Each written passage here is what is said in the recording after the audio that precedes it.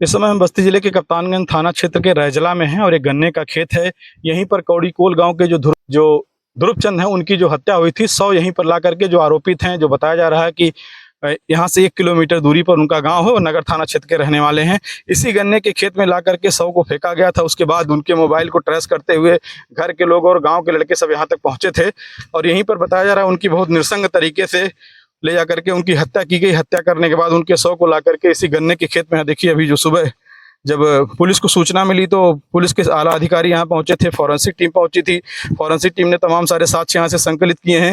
ये तौलिया और तमाम सारा यहाँ पर थोड़ा सा जो चूंकि अधिकारियों का और गांव के लोग, पब्लिक तमाम यहाँ पे लोग आए थे, तो तमाम पौधे जो गन्ने के वो सब टूट गए, लेकिन यही वो स्थान है जहाँ पर ध्रुव चंद के 100 को ला करके यहाँ पर फेंका गया था। बता रहे हैं उनके शरीर पर कई बार चाकू से वार किया गया है, पहले उनकी पिटाई की गई है और तमाम उनके शरीर पर चोट के निशान थे और वो बॉडी जो उनकी कई घंटे पुरानी बताई जा रही थी। उसके बाद जब ये भी बताया जा रहा है कि उन लोगों ने घर पर हत्या की, हत्या करने के बाद कुछ कई घंटे तक जो है 100 को घर पे रखे रहे, लेकिन ये बॉडी जो डिकम्पोज होना शुरू हो गई, उसमें बदबू आना शुरू हो गई, तो फिर लोग उसके बाद हड़बड़ी में ला करके यहाँ बॉडी को फेंक गए। हालांकि इसमें पुलिस की कई सारी टीमें लगाई गई। रात में ही जो पुलिस अधीक्षक हैं अभिनंदन, अपर पुलिस अधीक्षक और तमाम सारे आला अधिकारी, सीओ कलवारी, प्रदीप त्रिपाठी, जो यहाँ की लोकल पुलिस है, जो क्राइम ब्रांच की टीमें हैं, जो फॉरेंसिक टीम है, जो सर्विलांस सेल है, तमाम सारे लोग इसमें लगाए गए हैं। लगातार जो आरोपित है उनकी गिरफ्तारी का प्रयास किया जा रहा है। ये भी बताया जा रहा है कि कुछ लोगों को हिरासत में लेकर के पूछताछ की जा रही है और पूरे घटना का पर्दाफाश करने में पुलिस टीमें लगी हुई है। लेकिन सबसे बड़ी बात है कि जिस तरीके से घटनाक्रम को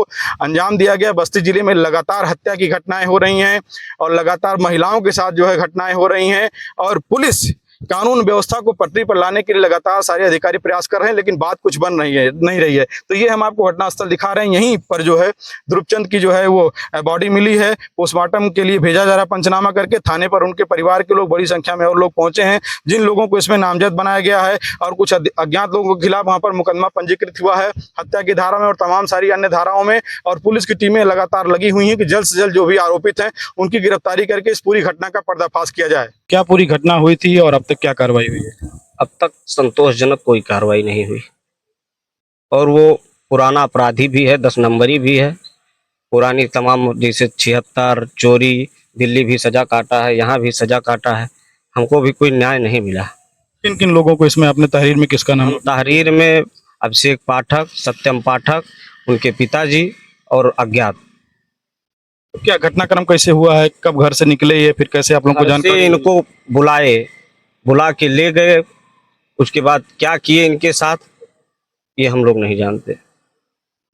रात में पुलिस के तमाम सारे अधिकारी गए थे? रात में पुलिस के तमाम अधिकारी गए थे। उसके पहले हम लोगों ने खोजबीन चालू किया, ईमेल आईडी के जरिए से लोकेशन गूगल ट्रेस करके गांव के लोगों ने सब मतलब साथ दिया। गए हम लोग, लाश बरामद किए, तब 112 को बुलाया। एसओ साहब को हमने स्वयं फोन किया कि ऐसी घटना हो गई। बोले हम आ रहे हैं। कप्तान साहब आए, सब लोग आए। उसकी लाश साथ दुश्मन को भी ऐसा कोई सजा ना दे जैसे हमारे भाई को।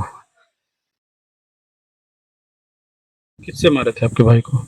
पीछे वजनदार किसी से मारे, पूरा सर फट गया।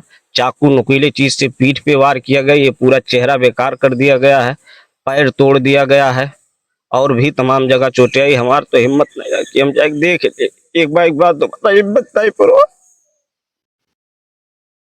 अब आप क्या मांग करेंगे, क्या आप कार्रवाई क्या चाहते? हमारी मांग यही है प्रशासन से कि हमको न्याय मिले। वो 10 नंबरी है, उनका इनकाउंटर हो, हमारा भाई वापस नहीं आएगा। बता रहे हैं इनको न्याय अभी तक नहीं मिल पाया है, जो इनकी मांग है। क्या जो जिन लोगों के ऊपर आरोप है, क्या उनका कोई आपराधिक इतिहास भी पहले से अपराध वो लोग किए हैं? कई जगह वो लोग पहले हरकत दिल्ली में किए हैं। दिल्ली भी वो लोग लगभग चोरी के मामले में गए जेल, वहाँ उन्होंने जेल काटा, फिर यहाँ आए। इन लोगों का अपराध पहले से भी रहा है। ये लोग अभी छेड़खानी में जेल काटे हैं। ये लोग देखिए अभी ताज़ा मामला ये हत्या का है। ऐसे तमाम घटनाएं, दर्जनों घटना इन लोगों के पास, 2 दर्जन घटना लगभग है। कई मामला सुलह हो गया, लेकिन दर्जनों मामला भी रिकॉर्ड निकालेंगे तो कम से कम 10 केस इनके ऊपर दर्ज है। और प्रशासन अभी तक कर क्या रही है ये नहीं समझ में आ रहा है। इतना अपराधी, आखिर अपराधियों को बढ़ावा क्यों दिया जा रहा है? हत्या हो गया, लगभग 48 घंटे होने को हो रहे हैं, अभी तक कोई कार्रवाई नहीं हुई है। किसी की गिरफ्तारी अभी तक हुई है? अभी तक किसी की गिरफ्तारी नहीं हुई। जिसका नामजद दिया गया, जिसके ऊपर आरोप परिवारजन लगाए हैं, अभी तक उनकी गिरफ्तारी नहीं हो पाई है। आखिर क्या कर रहे हैं लोग। तो अब जैसे आप लोग थाने पे पहुंचे हैं, अभी तक गिरफ्तारी नहीं हो पाई, तो अगला फिर क्या आप लोग की क्या रणनीति है? देखिए, अगर यहाँ से हम लोगों को न्याय नहीं मिलता, हम एसपी साहब के पास जाएंगे। रात में एसपी साहब से बात भी हुई है, उन्होंने सांत्वना दिया कि हर संभव स्थिति आप लोगों की मदद होगी, आप लोग को न्याय मिलेगा। अभी हम लोग इंतजार कर रहे हैं। अभी जो है पंचनामा हुआ है, पीएम के लिए लास्ट 2 बजे के बाद समय दिया गया है। इसके बाद देखते हैं क्या न्याय होता है, इसके बाद आगे हम लोग कुछ। तो देखिए, अभी जो ध्रुवचंद के भाई प्रेमचंद जी से और कुछ और लोगों से हमारी बात हुई, उनका साफ तौर पर यह कहना है कि अभी तक जिस तरीके से उन लोगों का आपराधिक इतिहास था, उसको लेकर के स्थानीय पुलिस के स्तर पर लापरवाही बरती गई है, और अगर कुछ घंटों में उनकी गिरफ्तारी नहीं होती है और आगे कार्रवाई पुलिस नहीं बढ़ाती है, तो फिर ये लोग दोबारा पुलिस अधीक्षक कार्यालय पर जाएंगे, वहाँ बात करेंगे। और जो इनके भाई हैं, इन्होंने कहा कि इतनी बुरी तरीके से उनकी नृशंस हत्या की गई है, तो जो भी आरोपित हैं उनके खिलाफ पुलिस की तरफ से कड़ी कार्रवाई की जानी चाहिए। पीटीसी लाइव के लिए बस्ती से विवेक कुमार मिश्र।